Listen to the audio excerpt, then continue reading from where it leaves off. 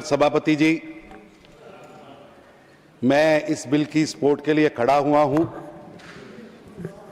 जो राष्ट्र समय की चुनौतियों को पहचान कर अपनी नीतियों को समय के साथ आगे बढ़ाता है, वही राष्ट्र आने वाले कल की दिशा तय करता है।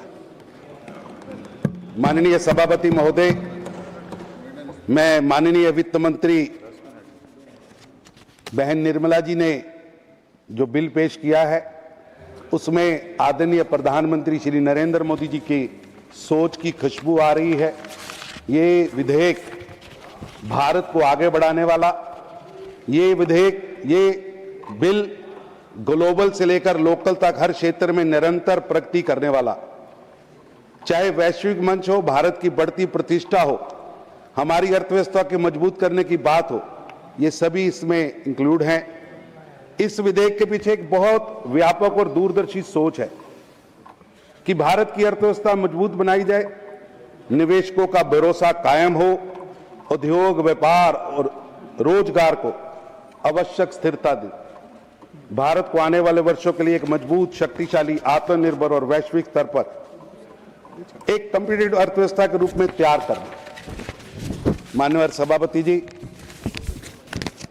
मैं आज जो दुनिया के अंदर इस समय जो परिस्थितियां हैं, उसके अंदर ये केवल सरकार के लिए एक राजस्व जुटाने का माध्यम नहीं है। इसे अर्थव्यवस्था के महत्वपूर्ण क्षेत्रों को स्थिरता और आवश्यक समर्थन भी देना होगा। मुझे लगता है इस विधेयक की सबसे बड़ी विशेषता यह है कि आज की बदलती हुई परिस्थिति को समझते हुए targeted tax exemption, rationalise conditions का रास्ता अपनाया गया है। माननीय सभापति जी, ये वह सोच है जिसे हम पिछले कई वर्षों से माननीय प्रधानमंत्री श्री नरेंद्र मोदी जी के नेतृत्व में देश की आर्थिक नीतियों में लगातार देखते आ रहे हैं, और जिसका परिणाम है कि आज भारत 7.8% की विकास दर से आगे बढ़ रहा है, और आज मेरा भारत दुनिया की सबसे तेजी से बढ़ने वाली अर्थव्यवस्था बना है।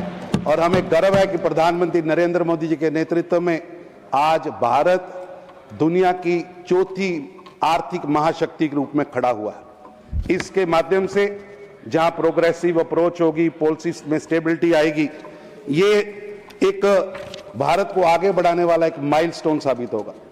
ये बिल केवल एक टैक्स अमेंडमेंट्स नहीं है, बल्कि बदलती वैश्विक परिस्थिति के बीच भारत की इन्वेस्टमेंट, मैन्युफैक्चरिंग और इकोनॉमिक कंपटीशन को मजबूत करने का बहुत बड़ा प्रयास है। ग्लोबल ट्रेड अविरोध और सप्लाई चेन अनिश्चितता के बीच स्टेबल, मजबूत और इन्वेस्टमेंट फ्रेंडली टैक्स रेजिम देना, ये आज की देश की जरूरत है।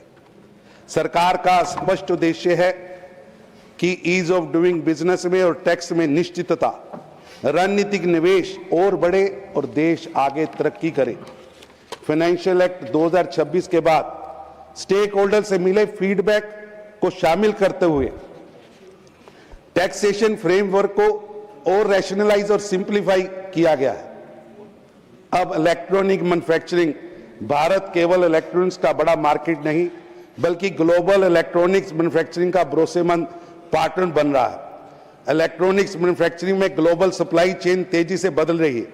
ऐसे समय में भारत लॉन्ग टर्म टैक्स निश्चितता और रणनीतिक जरूरत दोनों ही देश के लिए आगे बढ़ाना है।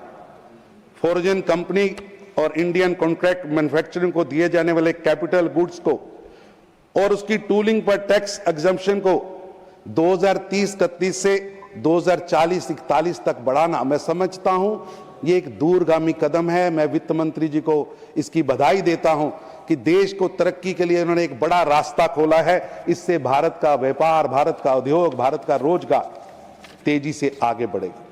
इससे इन्वेस्टर्स को शॉर्ट टर्म इंसेंटिव ही नहीं, बल्कि लॉन्ग टर्म पॉलिसी के माध्यम से देश की तरक्की का रास्ता खुलेगा। ये एक इसके अंदर मैन्युफैक्चरिंग इकोसिस्टम व्यापक होगा।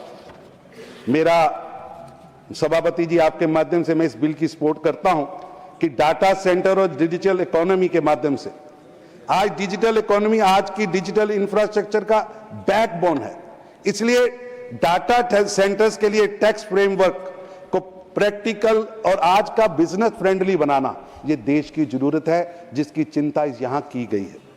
एलिजिबल फॉरेन कंपनी को डाटा सेंटर सर्विस प्रोड्यूस के लिए और गवर्नमेंट नोटिफिकेशन की जो रिक्वायरमेंट हटाई गई, मैं समझता हूं ये एक लाल लतीफाशाही से जहां वित्त मंत्री जी ने निकालने का प्रयास किया है, वहीं ये भारत की ग्रोथ के लिए एक बहुत बड़ा कदम बनने वाला है। इंडियन कंपनीज द्वारा लीज इंफ्रास्ट्रक्चर पर ऑपरेटेड डाटा सेंटर्स को फ्रेमवर्क में अकोमोडेट किया गया है। इससे कंप्लायंस बर्डन कम होगा और डाटा सेंटर इन्वेस्टमेंट को बढ़ावा मिलेगा। FIIC को गवर्नमेंट सिक्योरिटीज में लेना और उसके इंटरेस्ट इनकम और कैपिटल गेन पर टैक्स एग्जम्पशन दिया गया है। इससे इंडियन गवर्नमेंट सिक्योरिटीज में फॉरेन पार्टिसिपेशन बढ़ेगा। इससे बॉन्ड मार्केट को डीपन और इंडिया को कैपिटल मार्केट इकोसिस्टम मजबूत होगा। भारत का इकोसिस्टम इससे बहुत ज्यादा मजबूत होगा। बैंक और इंटरनेशनल सेटलमेंट्स को भी इस फ्रेमवर्क से एग्जम्पशन दिया गया है। मैं समझता हूं ये बहुत बड़ा कदम है। रफ डायमंड के माइनिंग, ट्रेडिंग, ब्रोकरेज, एग्रीगेशन और ऑक्शन के जुड़ी एलिजिबल फॉरेन कंपनियों को नोटिफाई स्पेशल जोन में टैक्स एग्जम्पशन दिया गया है। ये एक भारत का जो हीरा उद्योग है उसके लिए एक बहुत बड़ा कदम है और इस एग्जम्पशन को अब 31 मार्च 2041 तक बढ़ाकर भारत के वित्त मंत्री जी ने देश की जो डायमंड इंडस्ट्री है उसको विश्व की डायमंड इंडस्ट्री में सबसे आगे लाकर खड़ा कर दिया है, जिससे निश्चित रूप से Bharat global rough diamond trading hub बनेगा और मेरा भारत जो इस हीरे की मार्केट का हीरा बनकर सामने आएगा। Payment and settlement system act 2007 में अमेंडमेंट करके इलेक्ट्रॉनिक पेमेंट मोड्स में नोटिफाई करने की पावर को इनकम टैक्स एक्ट की स्पेसिफिक प्रोविजन से डी लिंक किया गया है। इसका उद्देश्य आउटडेटेड स्टैट्यूटरी रेफरेंसेस को हटाना और फ्यूचर पेमेंट टेक्नोलॉजी के ग्रेटर फ्लेक्सिबिलिटी को बढ़ाना है। डिजिटल पेमेंट लगातार इन्वॉल्व हो रही है, कानून को भी टेक्नोलॉजी के साथ इन्वॉल्व किया जा रहा है। सभापति जी, ये bill manufacturing and investment plus capital market और डिजिटल इंफ्रास्ट्रक्चर, इन चारों बिंदुओं को मैन्युफैक्चरिंग, इन्वेस्टमेंट, कैपिटल मार्केट और डिजिटल इंफ्रास्ट्रक्चर, इसको एक स्ट्रेंथन भी करेगा और एक बड़े पिलर के रूप में काम भी करेगा। टैक्स पॉलिसी को केवल रेवेन्यू कलेक्शन का इंस्ट्रूमेंट ना मानकर इकोनॉमिक ग्रोथ और आज की दुनिया के अंदर भारत को किस तरह आगे बढ़ना है उसकी ओर जोड़ना, मैं समझता हूं ये ऐतिहासिक फैसला है।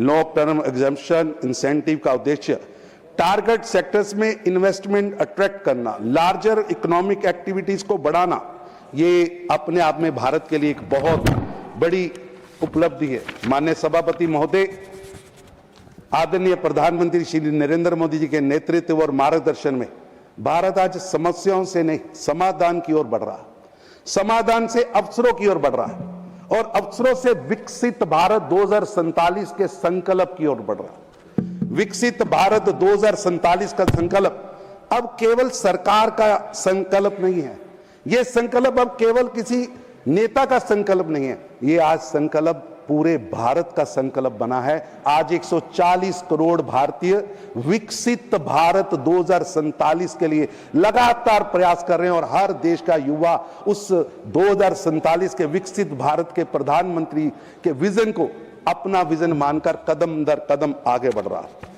मुझे पूरा विश्वास है जब 140 करोड़ भारतीय एक संकल्प को लेकर आगे बढ़ रहे हैं तो कोई भी चुनौती हमें विकसित भारत बनने से रोक नहीं सकती।